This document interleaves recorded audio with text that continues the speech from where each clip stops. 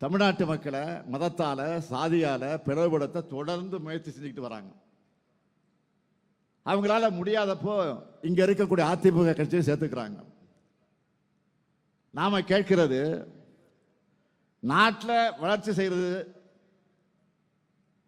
சரியுது, நாட்டில் இருக்கக்கூடிய வளர்ச்சி சரியுதுன்னு, மக்களுடைய வாழ்வாதாரம் பாதிக்கப்படுதுன்னு, வேலை வாய்ப்பு இல்லைன்னு சொன்னா பிஜேபி அதிமுகவும் மக்களை பற்றி கவலைப்படாம மதத்துக்காக கவலைப்படுறாங்க. இதுதான் அவங்க அரசியல். தமிழ்நாட்டில் மதத்துக்கு ஆபத்துன்னு அதிமுக வச்சுக்கிட்டு பாஜக பேசுறாங்க. உண்மையிலே சொன்னா தமிழ்நாட்டில் பாஜக கூட்டணிக்கு தான் இப்ப ஆபத்து.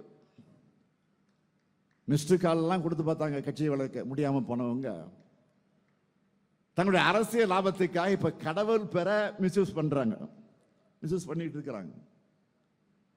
இவங்களோட போலி பக்தியை, அரசியல் நாடகத்தை இங்க யாரும் ஏற்க மாட்டாங்க. இது தமிழ்நாடு, தந்தை பெரியார் உருவாக்கிய மண், அண்ணா வளர்த்த மண், கலைஞர் அவர்கள் இதை மீட்ட மண். தமிழ்நாடு அனைத்து மதத்தினருக்கும் தங்கள் உரிமையோடும் பிற மதத்தினரோட நல்லிணக்கத்தோடும் வாழுகிற மண் இது.